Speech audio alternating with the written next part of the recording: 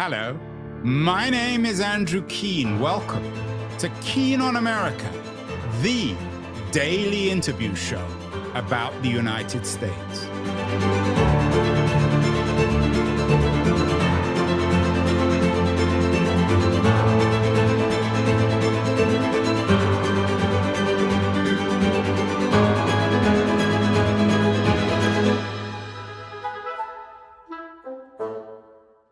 Hello, everybody. It is Friday, 29th of May, 2026. We're crawling towards America's birthday on July the 4th, almost a month, 250th year anniversary. The last couple of days, we've been doing shows about whether or not Americans should be proud of their country. On Wednesday, we talked to Alexandra Natopov, a professor at Harvard Law School.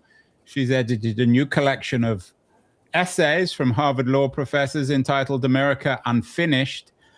And most of the law professors at Harvard seem a little ambivalent at best about whether one should be proud of being American, whether one patriotic. And yesterday, we did a show with Joe Cunningham, a South Carolina politician, whose new book, Life of the Party, suggests that if the Democrats are going to get back into power nationally and locally, they have to be a little bit more overt, unambiguous in their appreciation for America and American patriotism. I'm not sure if my guest today would agree. Dominic Erdozain has a new book out. It's out next week. It's called To Love a Country, The Problem of Patriotism in America. Dominic, who's originally from Northwest England, just outside Preston, now teaches at Emory University in Atlanta, is actually talking to us from South Carolina. Dominic, congratulations on the new book. The problem of patriotism in America is the subtitle of the book, To Love a Country. Is the problem of patriotism in America any different from the problem of patriotism in any other country of the world? That's a good question for a Brit. I think that a lot of the kind of national pride and the kind of overweening self-regard that we might associate with American exceptionalism was inherited from us. I think that you look at the English Puritans and the idea of the city on the hill and the chosen nation, which sort of feeds directly into the American national identity. It's European. I think that's what part of the conceit of the book is, to say that nationalisms do end up looking quite similar in the end. We all think we're the best, and it's quite derivative. So part of my argument for a new patriotism is to be a little less dependent on those European ideas. But yes, I think it's a problem that all nations face, but I agree with those historians who say that America never really had its chastening moment, even though it had things like the Vietnam War. There never really was that moment where national identity was really sort of stopped in its tracks to develop a sense of humility that maybe old Europe or Britain might have developed in the last sort of 40, 50 years, I think. Although one could also argue that the more humbled a nation, perhaps the prouder they are. One can think of France, for example. Yes, I think that's the case, but I think that it releases different kinds of patriotism. Yes, I would agree with that. And I think one of the points made by Lindsay O'Rourke in her recent book on American interventionism, or at least it's a comment that's been made in discussion of that book, is that nationalism can absorb any amount of failure, that it's always someone else's problem. It's always someone else's responsibility, so that there's a degree to which a certain kind of nationalism is immune to the empirical world and its harsh verdicts. So this book, To Love a Country, suggests, what are you telling Americans as they get ready to celebrate their 250th year anniversary? Should they be ashamed? Should they be at the altar of forgiveness? What's your attitude towards the upcoming anniversary? I think there's something you said earlier about one of your guests about the unfinished nature of the revolution. Or one of my favorite people in the book is someone called Randolph Bourne, who's a radical journalist in the First World War, and he has this lovely phrase. He says, "We must perpetrate the paradox that our American cultural tradition lies in the future." So he's one of these people who says that nationalism and nativism are very European and they're backward looking. And we cannot recover a true America that is, or a true patriotism that's faithful to the diversity of modern life and the bustling pluralism of a city. We can't really be faithful to that by looking backwards. So we have to look forward. We have to sort of develop a patriotism of the future. And I think for me, the motive for writing the book was to think, okay, if we've got the same sorts of problems of militarism, the same sorts of default positions on the world stage from the Democrats as we have had with the Republicans, we have to think more broadly. And I don't want anyone to be sort of ashamed of their tradition, but I feel like we need new founders. I mean, that was what excited me with writing the book and finding it's not just Martin Luther King Jr., as an Atlantan, you look to him as someone with the answer to so many of the core questions. I suddenly found this whole cast of people I didn't really know about, like Jane Addams. I mentioned Randolph Bourne. Obviously, Frederick Douglass has now become more into the national consciousness, but there's a whole cast of people. William Lloyd Garrison is one. And so for me, it was about finding an American identity or someone I can anchor my own existence to some extent while living here. Yeah, I want to come to some of those examples. But tell me a little bit about yourself. As I said, you grew up in Northwest England. Some people might be listening or watching to this and thinking, what a cheek. This British guy comes to America, presumably well-paid historian at Emory University, lives in Atlanta, has the luxury of a nice home in Charleston too. What right does he have to tell us about the problem of patriotism in America? When did you come to this country? 2012. I mean, the word cheek is exactly one that I think of when I sit down and write. And I think that, part of what inspires me with someone like King, who I mentioned, is that he says, okay, I need to go to India to learn about nonviolence. Or someone like Jane Addams, who says, look, never mind lecturing these immigrants. Our question should not be, what can we teach the bewildered immigrant, but, what can we learn from them? And I felt that, most of what is wrong with nationalism and the sort of critique, the sort of nationalism I talk about in the book, as I mentioned, comes from this sort of Puritan sense of entitlement and being the chosen nation. So I think I would take it fairly firmly on the chin that most of the things I would criticize America for, you could level at the British. And, Gandhi is a key figure for me in my sort of last chapter. And he helped me see my own country, my own tradition for what it is. And let's say going to South Africa and learning about how the British invented these concentration camps and some of the things that the British did under this sort of benign rubric of being decent fellows. So, yes, I mean, I think that I hope there's no kind of mansplaining here. There's going to be a bit of that. But I think that travel does eventually open your mind. And I think that the outsider has got something to say, even if there is a bit of a cheek in the way you say it. What do you mean mansplaining? I don't know what that word means. Mansplaining is just the sort of the condescension of the way a man can explain something to a woman in a way that sort of has a sense of entitlement. And sometimes as a Brit, you feel like you're doing a sort of nationalist version of that, of sort of assuming, there's this Samuel Johnson quote about, travel invariably narrows the mind, because when you travel, you initially cling to what you know. And there's a sense in which you judge things from some sort of assumed stance of superiority. You've mentioned, Dominic, the Puritan tradition already a couple of times. Of course, that was very influential in New England. But you yourself live in Atlanta. You're familiar with the South. You talking to me from South Carolina.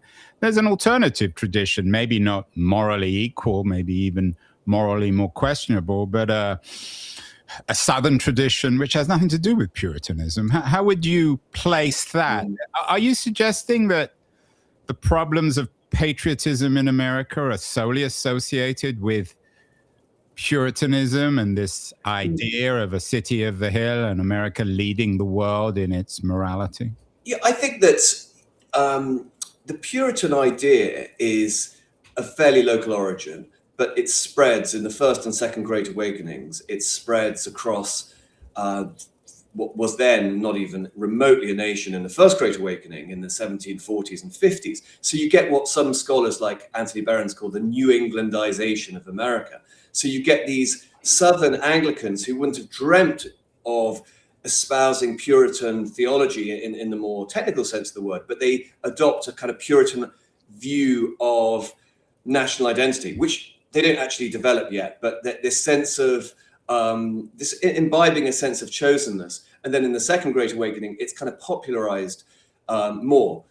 But I think when I talk about the problem of patriotism, it's really the way in which these ways of thinking can obscure deeper problems. So it's not that people in the South are actually Puritans in their core way of thinking. They may be slave owners, they may be racist in other ways, they may just be economically unjust. But it's the way in which patriotism provides a cover for that. It provides protection from severe scrutiny. So you don't actually have to subscribe to these particular theologies or ideas in order to shield under the sort of the canopy of national righteousness. So in this book, Dominic, you're providing an alternative cast of founders. You've mentioned MLK, Laura Adams, Jane Addams, a number of others. Why do we need to get rid of, I mean, in a few weeks, we're going to be celebrating this 250th anniversary. We're going to be celebrating another Adams, Madison, Hamilton, Jefferson, of course. Why should we get rid of all the founders? I definitely don't think we should get rid of them. And I am a deep admirer of the founders on many levels, the depth of their intellect. And John Adams is a favorite of mine, and he's probably the first to perceive the danger of believing there's a kind of special providence for America, that we're sort of cut from different cloth. Jefferson is a brilliant man. I mean, MLK says that he's the closest thing to kind of Plato's idea of the philosopher king, but he's a deeply flawed man. I mean, someone like King is very good at looking back and being eclectic in his analysis and saying we can admire this, but we reject that. I think it's respecting them, admiring them, but not worshipping them. I think there's a sense in which one kind of patriotism just closes down the debate, or so-and-so said this. I mean, there's a kind of originalism that is there in historical writing sometimes, where there's just a quotation that proves something. And I think that someone like William Lloyd Garrison is very wary of that, sort of the burning incense to the founders, and just really the conservatism it creates. And he would say we remain children where we cannot think beyond this core group of people. So I would just see it more as a broadening out of the cast of characters and the repertoire of voices, rather than cancelling people in a specific sense. You've mentioned William Lloyd Garrison a couple of times, MLK a number of times, but maybe we'll talk a little bit more in detail, though he, of course, was also a very flawed man, for better or worse. Mm-hmm.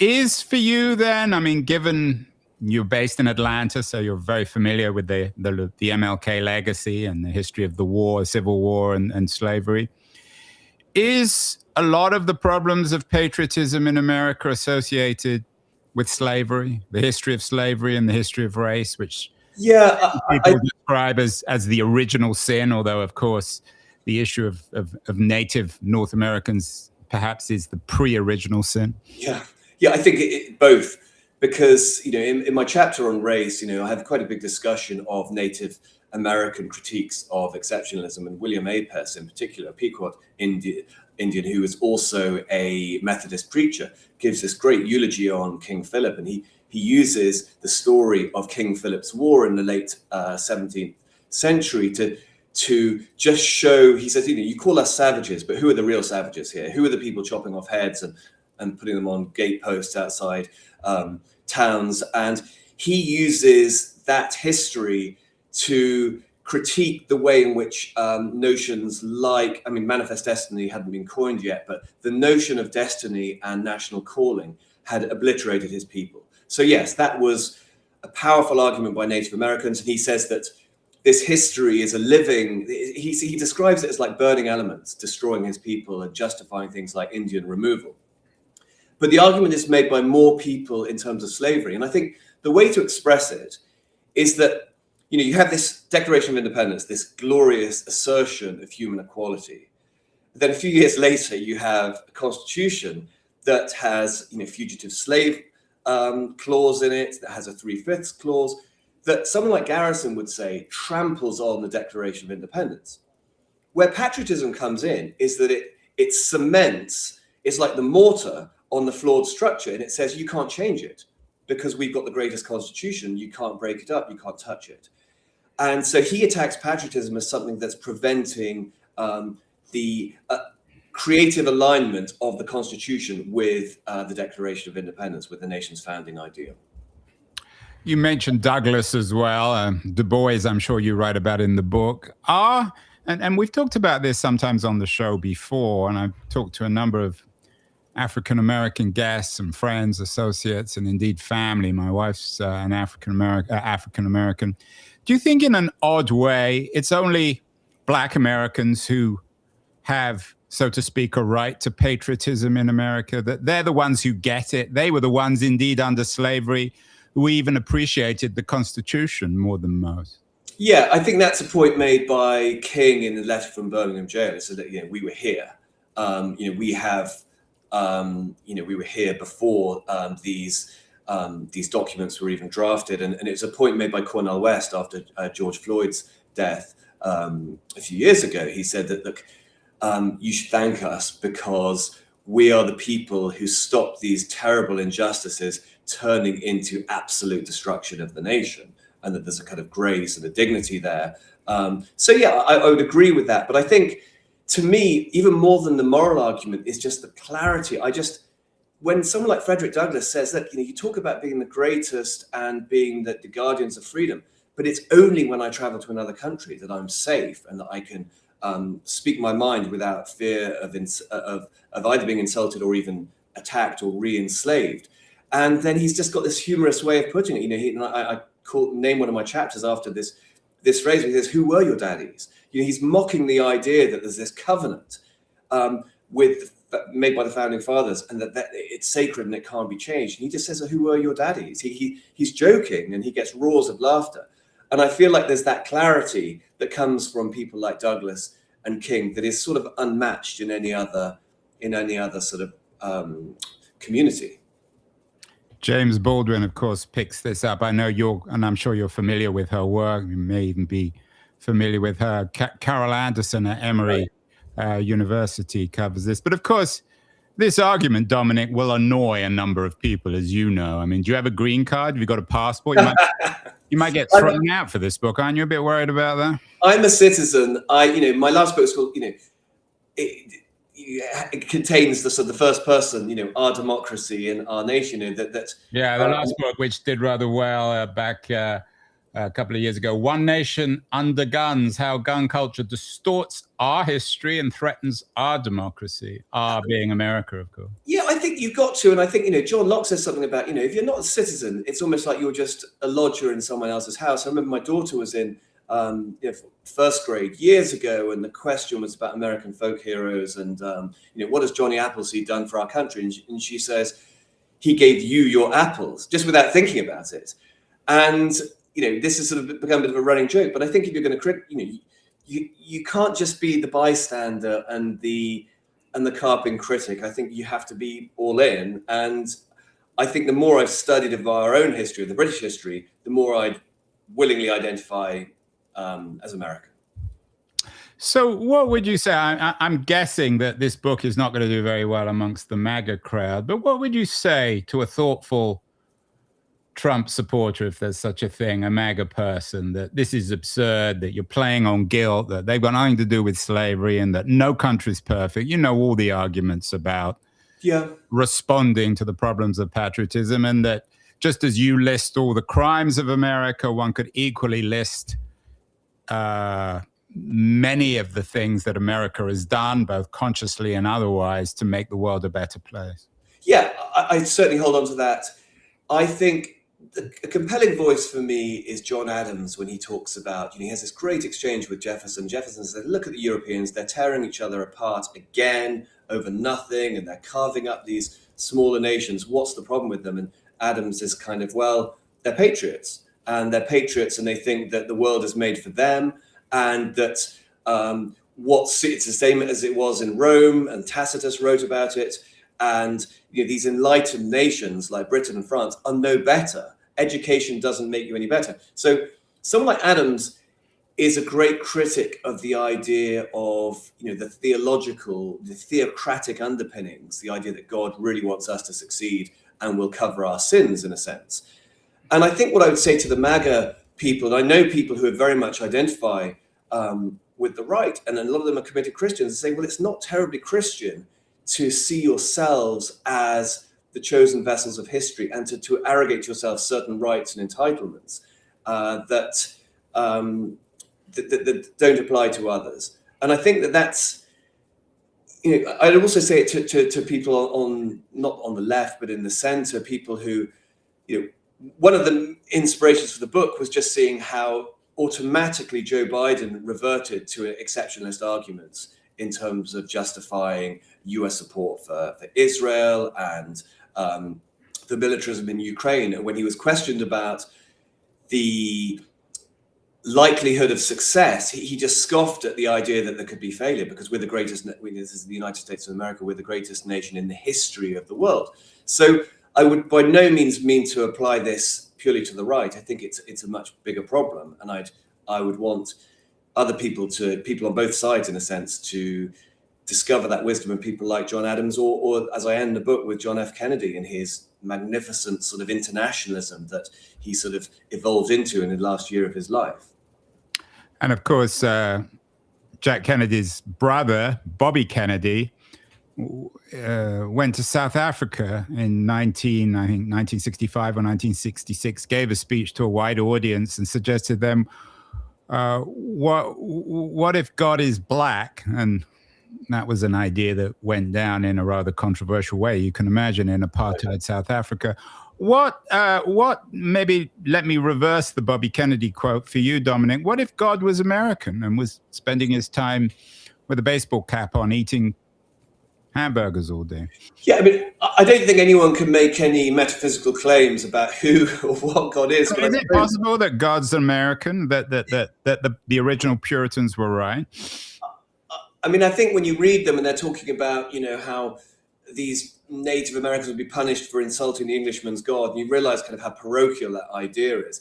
I think from within the canon of kind of Christian history and the evolution of Western theology, you can see that this is a fairly radical compression. Christianity is supposed to be a universal religion, and the whole idea of all life being sacred, and God letting the sun shine on the righteous and the unrighteous, all these kind of ideas.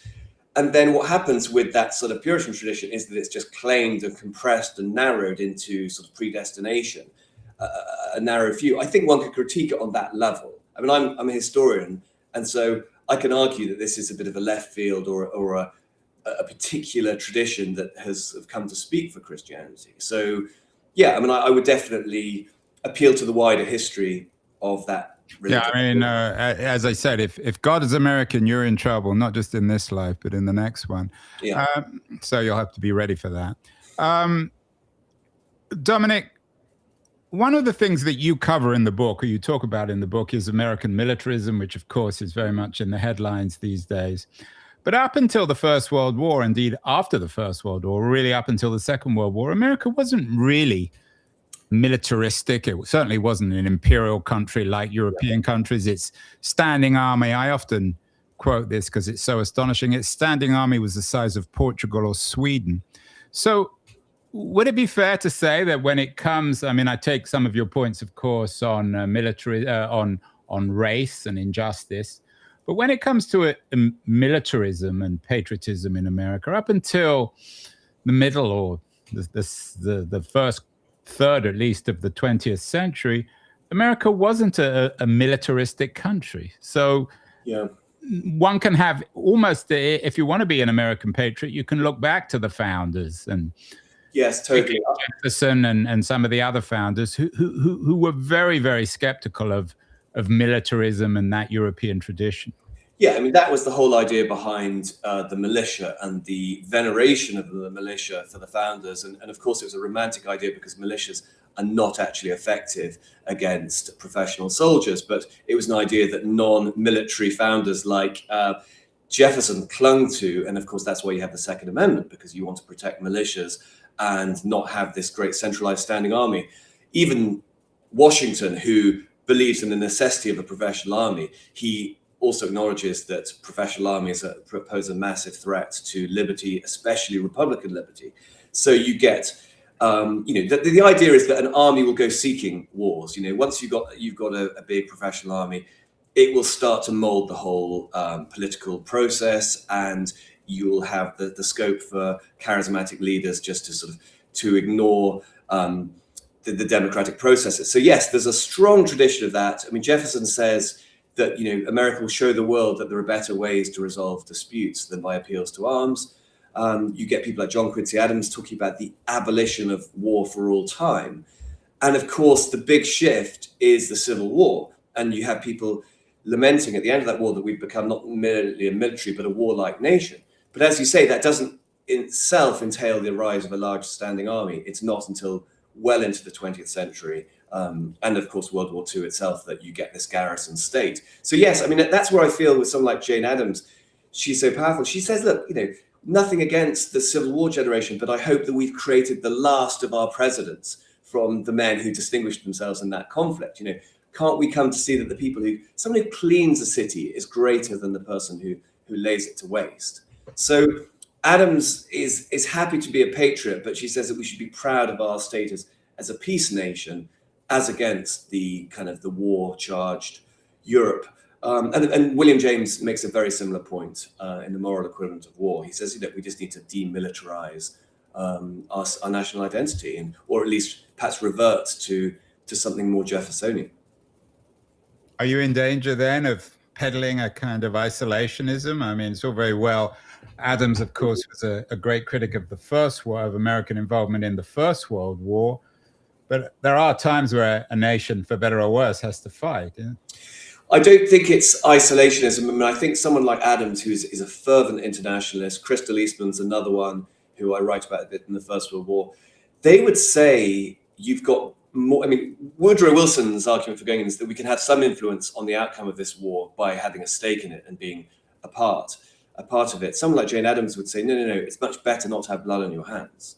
It's much better not to have delivered that crushing blow that has humiliated someone and destroyed them. I mean, this is Jefferson's point about anti-militarism, is that humans are the creatures that have memory. So injuries of war are not easily forgotten. And living in the South, I could tell you there are people who still speak with genuine personal bitterness about Abraham Lincoln, or will be personally offended if you say something mean about Robert E. Lee.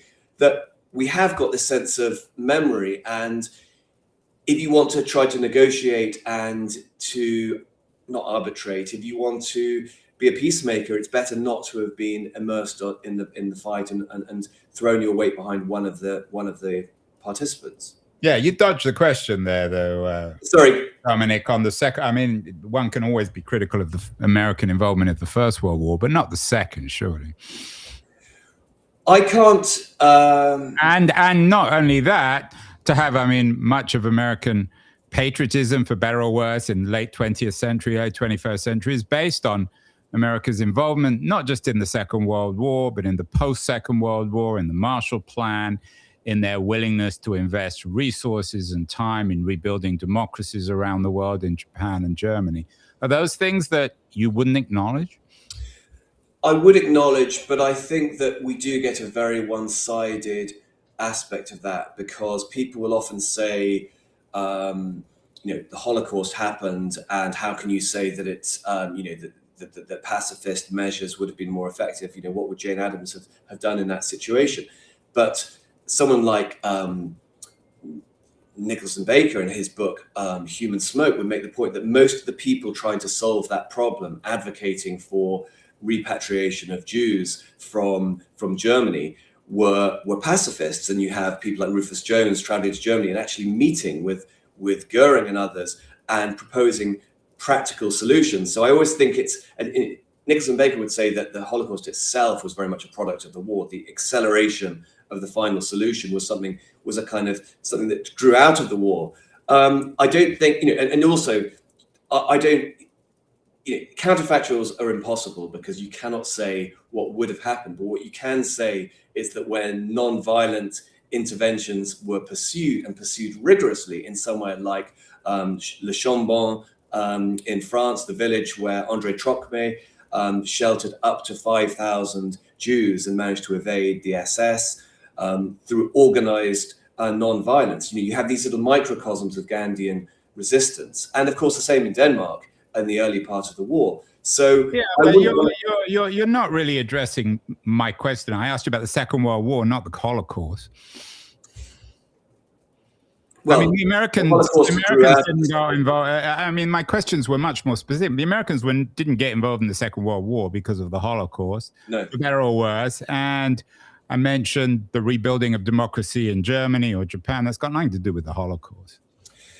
The argument about peaceful resistance nearly always comes back to the Holocaust. So, I mean, that's my point. Because that is seen, justly understood, to be probably the greatest atrocity of modern times, and an argument that's thrown back against people who advocate non-militarist solutions. My point was just that there were very effective non-military solutions in those contexts. Are you suggesting then that some sort of Gandhian non-violent response to the Holocaust would have saved millions of Jews?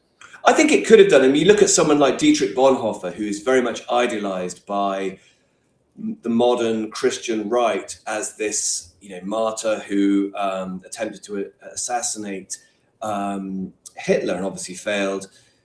He approached Gandhi in 1934. A letter has been only recently discovered in the last 10 years, I believe, and said, look, we need to save Western Europe from destruction, and we need to learn your methods. And Ramachandra Guha, in his biography of Gandhi, brings this speculation to the surface and says, what would have happened if he had gone to India and learned these techniques, and if it applied broadly across Germany?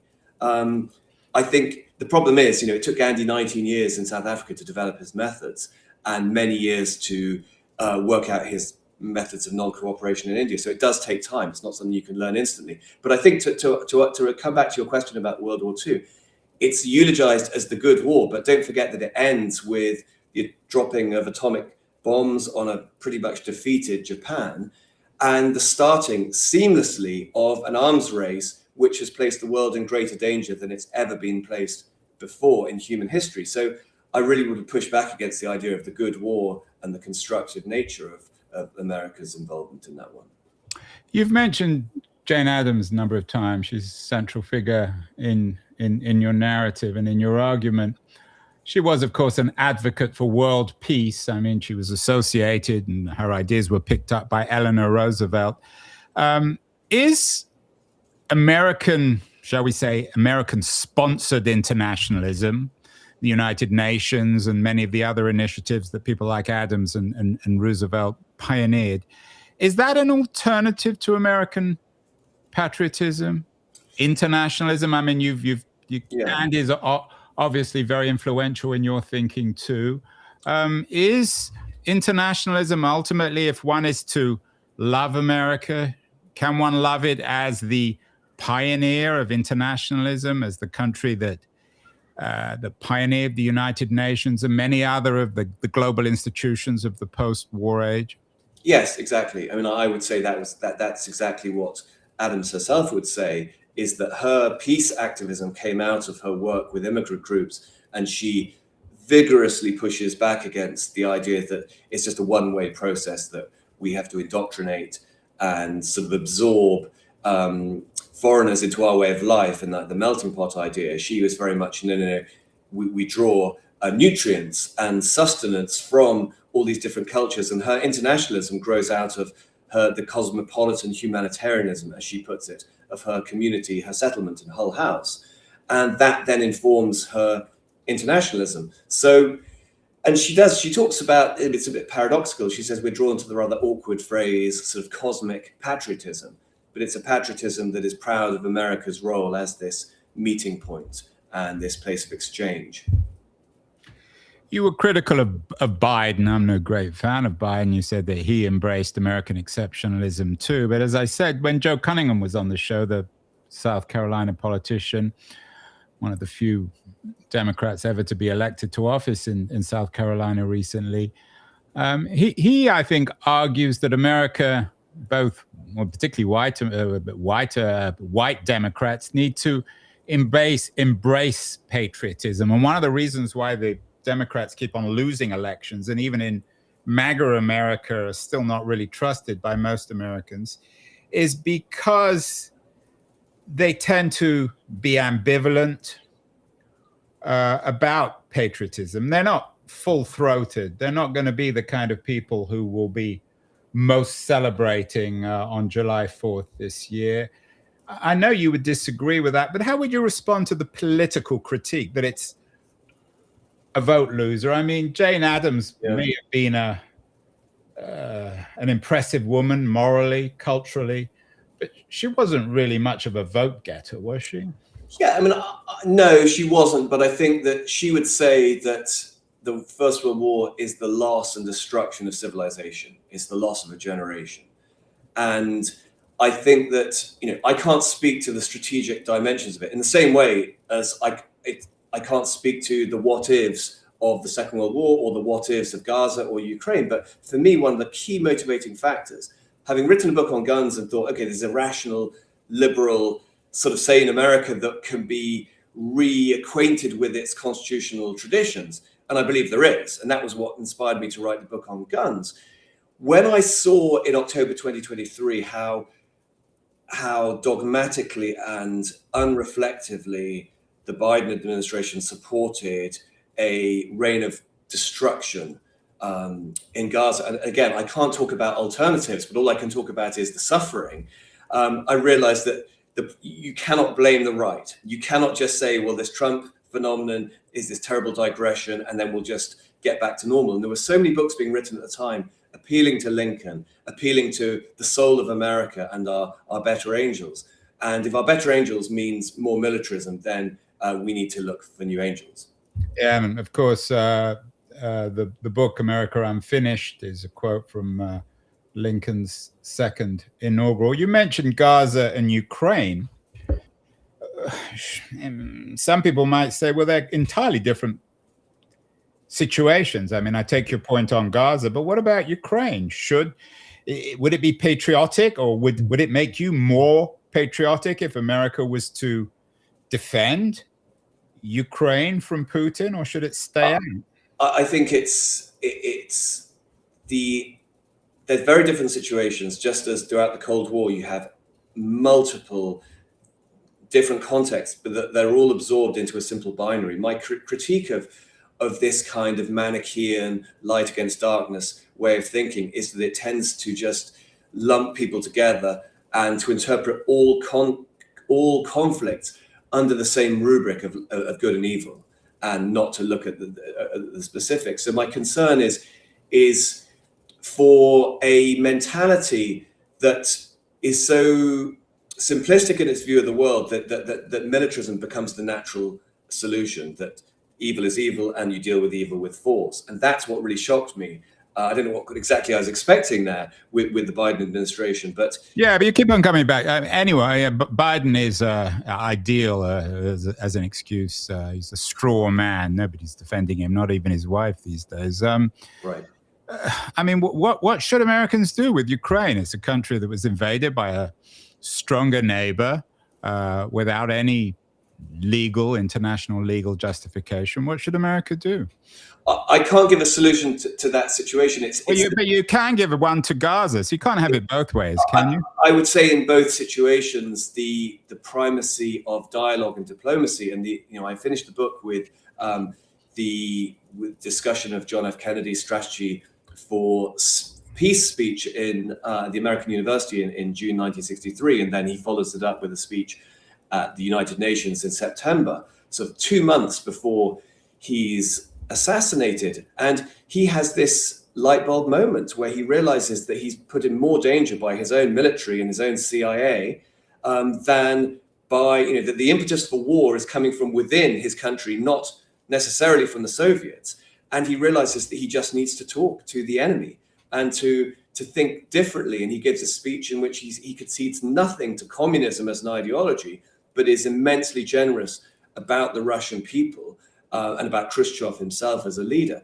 And I felt that that was a model of reinvention on the job and the resetting of a kind of Cold War paradigm. So that's the kind of thing I'd like to see, is just getting around a table and resolving problems through dialogue. Although, of course, JFK also launched the Bay of Pigs and the Vietnam War. So, well, my point is that he learned from that, and I think that by the year he died, he was talking about the Vietnam War as not our fight, and he wouldn't have launched it in the way it became a war. I think that he certainly was ready to pull back, but the Bay of Pigs was one of his chastening moments. He realized that he couldn't trust the CIA. So I think that that's a great example of someone who really grew up as a Cold Warrior and then rode back from it in office. Well, it's a very controversial but very intriguing argument. The book is out next week, To Love a Country, The Problem of Patriotism in America, by Dominic Erdozain, a historian at Emory University. Dominic, what are you going to be doing on July 4th? I think you may have to be hiding under your bed, but the mob's going to be coming for you. I think Americans are quite open, and I think that they like. I think they appreciate the fact that we engage with their history, and I think that I don't think I'll be hiding anywhere. Well, finally, put on your patriot cap very briefly. Is there anything that Americans should be proud of their country for? What in particular? What are you proud as a new American? Hot dogs. I think the light bulb, hot dogs, the internet. The light bulb, AI, baseball. What particularly gets you about? What are you proud of America for inventing or pioneering?